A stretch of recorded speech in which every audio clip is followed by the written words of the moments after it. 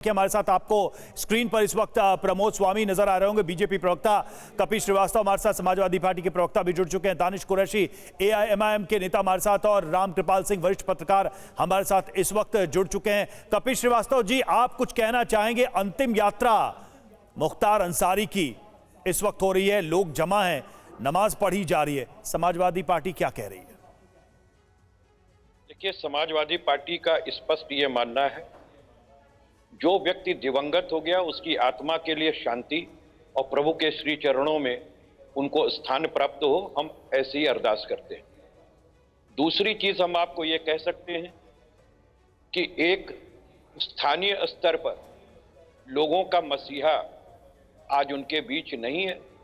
बहुत से लोगों के लिए वो मसीहा नहीं थे, लेकिन बहुत से लोगों के लिए थे। अब ये जस्टिस करना जो न्यायालय का काम था, वो न्यायालय की दी हुई सजा भी भुगत रहे थे। बहुत से मामले में उनको एक्विटल भी हो चुकी थी, बहुत से मामले में वो जमानत पर थे, लेकिन कानून का राज उनके ऊपर चल रहा था, जिसको कि कानून के राज को योगी सरकार ने खुद फ्लॉप शो कर दिया। और मैं क्यों कह रहा हूं?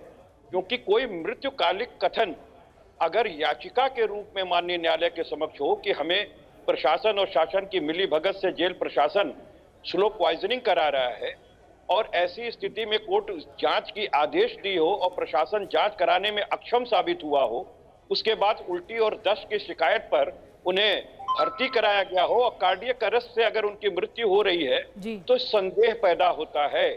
और आज 176 सीआरपीसी में जो न्यायिक जांच की अनुशंसा को अनुमोदित किया गया है, जिस तरीके से पोस्टमार्टम हुआ है 5 डॉक्टरों के द्वारा बांदा के जिला अस्पताल के द्वारा, यद्यपि जो विक्टिम उनके परिवार वाले हैं वो चाहते थे कि एम्स में हो, ना हो करके भी अगर वहां हुआ है तो फिलहाल फौरी तरीके से हम सारे लोगों को इंतजार करना चाहिए और हम उनकी आत्मा की शांति के लिए भगवान से प्रार्थना करते हैं। ठीक है कपिल जी, आपने अपनी बात रखी। प्रमोद स्वामी जी हमारे साथ हैं, बीजेपी के प्रवक्ता। प्रमोद स्वामी जी, एक सिरे से विपक्ष सवाल उठा रहा है कि ये कार्डियक अरेस्ट नहीं है, ये इस बात को बिलीव ही नहीं कर रहा, इस बात पर विश्वास ही नहीं है कि उसको हार्ट अटैक से मुख्तार अंसारी की मौत हो सकती है। कल ओवैसी की तरफ से भी बड़ा सवाल उठाया गया, उनकी तरफ से कहा गया, बार बार दोहराया गया कि यूपी में कानून का राज नहीं है, गन का राज है। देखिए, उनको सजा न्यायालय ने दी और वो सजा अपने जुर्मों की सजा वो भोग रहे थे। दूसरी बात, जहाँ तक आज आप जो जनाजे में जो लोग हैं, वो बात ये सत्य है, जब कोई भी आदमी इस संसार में नहीं रहता तो उसके लिए भगवान से दुआ करना या प्रार्थना करना हर व्यक्ति का अधिकार है। लेकिन इसके पहले जो समाजवादी पार्टी के जो नेता थे, वो जिस तरह से मसीहा बोल के उनको प्रचारित कर रहे थे, तो वो तो सजा पा रहे थे और कानून उनको सजा दे रहा था, कोर्ट के निर्णय से सजा उनको हुई थी। तो एक सजा याफ्ता मुजरिम को अगर आप मसीहा बनाने की कोशिश करेंगे तो ये आपका अधिकार है, इस पे मैं कोई ज़्यादा टीका टिप्पणी नहीं करूँगा। लेकिन मेरे ख्याल से ये एक स्वस्थ राजनीति की पहचान नहीं है। अपराधी अपराधी होता है, चाहे वो किसी भी धर्म, समाज या वर्ग का हो, और उनको अपराधी भारतीय जनता पार्टी ने नहीं, न्यायालय ने उनको अपराधी घोषित किया था। जहां तक सवाल उनकी मृत्यु को लेकर कर उत्पन्न हो रहे हैं, उसमें हार्ट अटैक से उनकी मृत्यु हुई, ऐसा रिपोर्ट में कहा गया है। और इस पे अगर किसी को कोई शक शुबा है तो उसके लिए प्रक्रियाएं हैं, उन प्रक्रियाओं का पालन किया जा सकता है। लेकिन लोगों को इस तरह से भड़काना या इस तरह से किसी बातचीत करना, मैं इसको उचित नहीं मानता। और न्यायालय जो है वो सारे तथ्यों को देख करके ही अपना निर्णय देता है। वो ये देख कर निर्णय नहीं देता कि ये किस वर्ग से थे, किस जाति से थे, किस धर्म को रिप्रेजेंट करते थे। अपराधी अपराधी होता है, अपराधी की कोई जात नहीं होती। हाँ, लेकिन अगर वो जो अपराधी हो या कोई भी हो, लेकिन जब वो संसार में नहीं रहता है, इस संसार से चला जाता है, तो फिर उसकी आत्मा की सदगति के लिए प्रार्थना करना कोई गलत नहीं है। हर व्यक्ति उसकी आत्मा की शांति के लिए प्रार्थना करता है, क्योंकि हमारे जो धर्मशास्त्र हैं उन्होंने उस पर भी इस बात को कहा गया है कि कि आदमी के कुकर्मों से हमारा विरोध है, आदमी से नहीं। आदमी के जो कुकर्म जो वो करता है उन कुकर्मों से हमारा विरोध होता है, आदमी से हमारा विरोध नहीं होता। तो ये स्पिरिचुअल बातें हैं, आध्यात्मिक बातें हैं, इसमें मैं ज़्यादा जाना नहीं चाहूँगा। लेकिन जिस तरह से महिमा मंडित उनको करने का प्रयास कुछ राजनीतिक दल कर रहे हैं, मेरे ख्याल से वो भारत के लोकतंत्र के लिए, भारत की राजनीति के लिए, और जो हमारे जो देश का एक जो कल्चर है, जहां हम लोग जाति, धर्म और भाषा के ऊपर में नहीं जाकर करके एक व्यक्ति को उसके कृत्यों के द्वारा एक व्यक्ति को हम पहचान देते हैं, तो पहले उनके कृत्यों का मूल्यांकन होना चाहिए। और वो मूल्यांकन राजनीतिक मतभिन्नता के तहत हम अलग अलग कर सकते हैं, वो अलग बात है। लेकिन एक न्यायालय अगर किसी व्यक्ति के कृत्यों के ऊपर कोई निर्णय देता है तो उसका हमें सम्मान करना चाहिए। और न्यायालय के निर्णय के अनुसार वो एक अपराधी थे, एक मसीहा नहीं थे। ठीक है, दानिश कुरैशी हमारे साथ हैं। दानिश, आपने सुना दोनों लोगों ने क्या बातें कही, लेकिन एक सवाल मेरा ये था, क्योंकि हमारे साथी वहां पर मौजूद हैं, उन्होंने कहा कि जो बड़े सहयोगी साथी इनके पॉलिटिकल करियर में रहे, आज उनमें कोई बड़ा चेहरा उनकी इस लास्ट जर्नी, अंतिम यात्रा में नजर नहीं आया। आप क्या मानते हैं इसके पीछे की वजह? देखिए, सबसे पहले तो हम खराज अकीदत पेश करेंगे मुख्तार अंसारी को, जो आवाज नहीं रहे।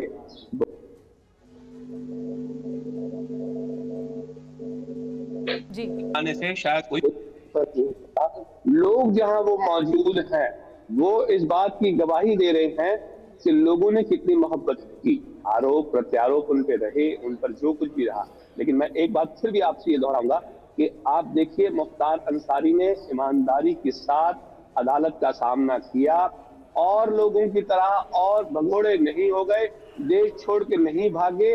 उन्होंने अदालत का सामना किया और अदालत से इंसाफ पाने का जो भी तरीका था, जो भी उन्हें सजा मिली, वो उन्होंने कबूल की। लेकिन उसके बाद अदालत का जब फैसला आ जाता है तो चला जाता है पूरा मामला प्रशासन के पास।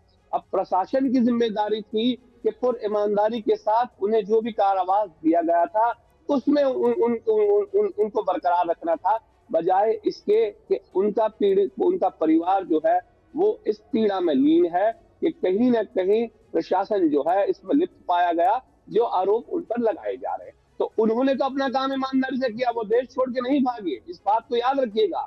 वो चाहते तो ऐसा तो नहीं था कि नहीं जा सकते, बहुत सारे लोग चले गए, कितने सारे आदमी फरार है, लेकिन उन्होंने अपना काम ईमानदारी से किया।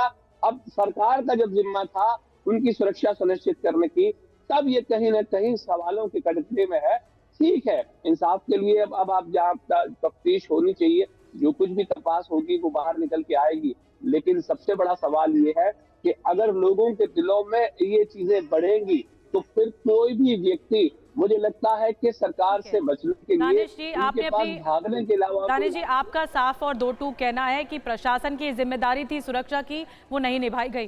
पंकज हमारे साथ तस्वीरें लगातार दिखा रहे हैं गाजीपुर से। पंकज, हम तस्वीरें देख रहे हैं और सैकड़ों की तादाद में जनाजे में लोग पहुंचे हैं। अब कब्रिस्तान के लिए रवाना हो चुका है ये जनाजा।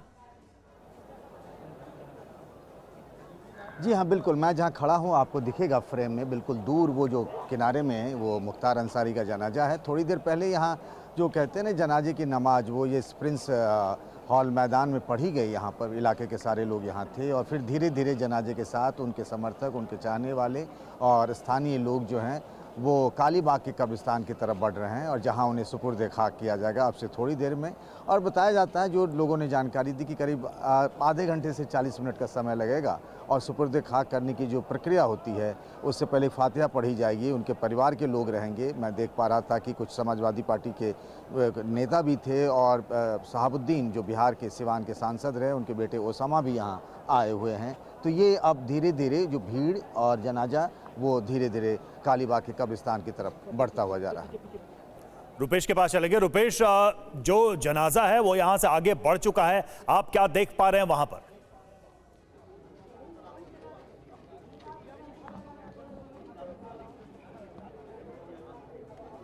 रुपेश, क्या आवाज मिल रही है आपको? बिल्कुल, हमने देखे कि एक बिल्कुल बिल्कुल रवि, आवाज़ मिल रही है और एक बैरिकेटिंग यहाँ पे कर दी गई है कि भीड़, चूँकि कुछ देर पहले यहाँ गेट पर अंदर प्रवेश करने के लिए धक्का मुक्की की स्थिति पैदा हो गई थी, लिहाजा यहाँ पर एक मोटी सी रस्सी लगा दी गई है। और सामने देखिए, सामने जो भीड़ आ रही है वो जनाजा धीरे से यहाँ, बिल्कुल जनाजा यहाँ पहुँचने ही वाला है, क्योंकि भीड़ यहाँ पर जो उसके साथ साथ चल रही है वो पहले दिख रही है। और ठीक देख पा रहा हूँ को रोकने की जो तमाम कोशिशें हैं वो इस वक्त धरी की धरी दिख रही हैं, क्योंकि भीड़ कब्रिस्तान के ठीक सामने वाली जो सड़क है यहाँ तक पहुँच रही है। मैं आपको रोक रही हूँ, नजर बना के रखिए, क्योंकि ये जो जनाजा है वो आगे बढ़ गया है कालीबाग कब्रिस्तान की तरफ और कुछ देर में दफनाया जाएगा मुख्तार अंसारी के शव को।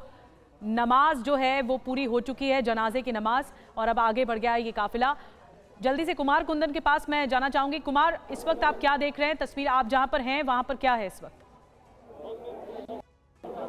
यहाँ देखिए, अब्दाल अंसारी आपको दिख रहे होंगे इस वक्त जो तस्वीरों में, और बहुत बड़ी तादाद लोगों की वो धीरे धीरे बढ़ती हुई कब्रिस्तान की ओर, कालीबाग का वो कब्रिस्तान, और अब्दाल अंसारी धीरे धीरे आगे बढ़ रहे हैं। और ये जो तस्वीर आपको दिख रही है, चारों तरफ से लोगों का हुजूम कालीबाग कब्रिस्तान की ओर जा रहा है। ये वो जगह, वो पुश्तैनी कब्रिस्तान जहाँ पे कि मुख्तार अंसारी के पूरे परिवार के लोगों को दफन किया गया है, उनके पिता हो, उनके दादा या चाचा। इसलिए भी कहा जाता है कि एक समय में यहाँ पे काफ़ी ज़्यादा छाया हुआ करती थी, बहुत पेड़ हुआ। देखिए, ये हाथ दिखा रहे हैं अब्दाल अंसारी जो गेट पर हैं, गेट पर लोगों को समझाते हुए कि हर लोग अंदर नहीं जा सकता, जगह की कमी है, इसलिए आप लोग सब्र बरतें। और धीरे आप देखिए, वो अपने गेट्स के अंदर खुद गए अब्दाल अंसारी। तो ये एक स्थानीय सांसद हैं और बड़े भाई हैं, वो इस वक्त कब्रिस्तान के अंदर जाते हुए, और जिस बात का मैं जिक्र कर रहा था, हल्की फुल्की धक्का मुक्की भी हो रही है वहाँ पे, वो इसलिए हो रही है क्योंकि लोग आतुर है अंदर जाने के लिए। हर कोई चाहता है कि उनकी कब्र पे जाके फातिहा पढ़े या फिर खुद से मिट्टी डाले, जो एक प्रक्रिया होती है, एक रिचुअल होता है, उसका हिस्सा बनना चाहता है। लेकिन भीड़ इतनी ज़्यादा है, लोगों की संख्या इतनी ज़्यादा है, ऐसे में अब्दाल अंसारी को खुद ही रिक्वेस्ट करना पड़ा लोगों से कि कृपया शांति बनाए रखें, कृपया सहूलियत बनाए रखें, ताकि किसी भी तरह की कोई परेशानी यहाँ पे लोगों का ना हो। मैं बताना चाहूँगा निधि, इस सड़क को, जो ये मुख्य सड़क है मुस्तफाबाद का, उस सड़क को सुबह से ही जो है बाकायदा बैरिकेटिंग करके रोक दिया गया है, और लोगों को खास करके मतलब जो गाड़ियों से जो लोग आ रहे हैं उनको नहीं आने दिया जा रहा है। और स्थानीय लोगों का हुजूम धीरे धीरे इस पूरे इलाके में उनके नाम के साथ आबाद के नारे लगने शुरू हुए हैं। और ये जो गेट है, जिस गेट के सामने में यहाँ पे लोग जो है मुख्तार अंसारी के पक्ष में नारेबाजी कर रहे हैं। तो ये अंतिम चरण, जो अंतिम प्रक्रिया है, सुपुर्द खाक का जो दौर है, उस दौर की शुरुआत हो चुकी है। और जैसा कि हमारे सहयोगी पंकज बता रहे थे कि जनाजे की नमाज खत्म हो गई है। जो एक रिचुअल्स होता है उसके हिसाब से जब नमाज खत्म हो जाती है जनाजे की, तो उसके बाद जो पार्थिव शरीर है, वो जनाजा है, उसको कब्रिस्तान लेके लाया जाता है और जहाँ पे कि सुपुर्द खाक की तैयारी की जाती है। निधि, कल उनके दो दोस्त गिरधर और संजय, छोटा भाई है सलमान, ये देखिए एक सलमान आपको दिख रहे होंगे, सबको यहाँ पे जो है वो आगे पीछे करते हुए, मनु अंसारी जो उनका भतीजा है, जो विधायक है स्थानीय, उनका छोटा भाई है ये सलमान सबको समझाते बुझाते हुए कि कृपया बाहर रहिए, लोगों को समझाते हुए कि नमाज अता हो चुकी है और यहाँ पे किसी भी तरह की परेशानी ना करें, और लोगों को समझा रहे हैं कि आप लोग यहाँ से साइड हो जाइए, रास्ता दीजिए और जगह बनाइए ताकि किसी भी तरह की दिक्कत ना हो जब वो जनाजा है।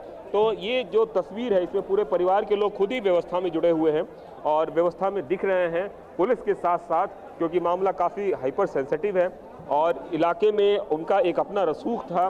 वो बेशक अलग अलग चरित्रों की वजह से जाने जाते हों, लेकिन यहाँ के लोगों के लिए जो मुख्तार अंसारी थे वो क्या थे, उसकी तस्वीर इस भीड़ को देख के लगाया जा सकता है।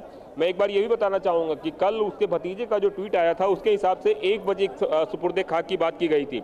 तो काफ़ी सारे तादाद में तो लोग आ नहीं पाए हैं, लेकिन जो लोग आ पाए हैं वही भीड़ इतनी ज़्यादा हो गई है कि उसको संभालना फिलहाल पुलिस प्रशासन के लिए मुश्किल हो रहा है। लेकिन हाँ, इतना ज़रूर है, इससे 2 गुने से 3 गुना लोग जनाजे के साथ आ रहे हैं। बार बार इस बात का अनाउंसमेंट भी किया जा रहा है कि आप लोग जगह बनाएं ताकि जो है जनाजा सही तरीके से आ सके, कहीं कोई दिक्कत ना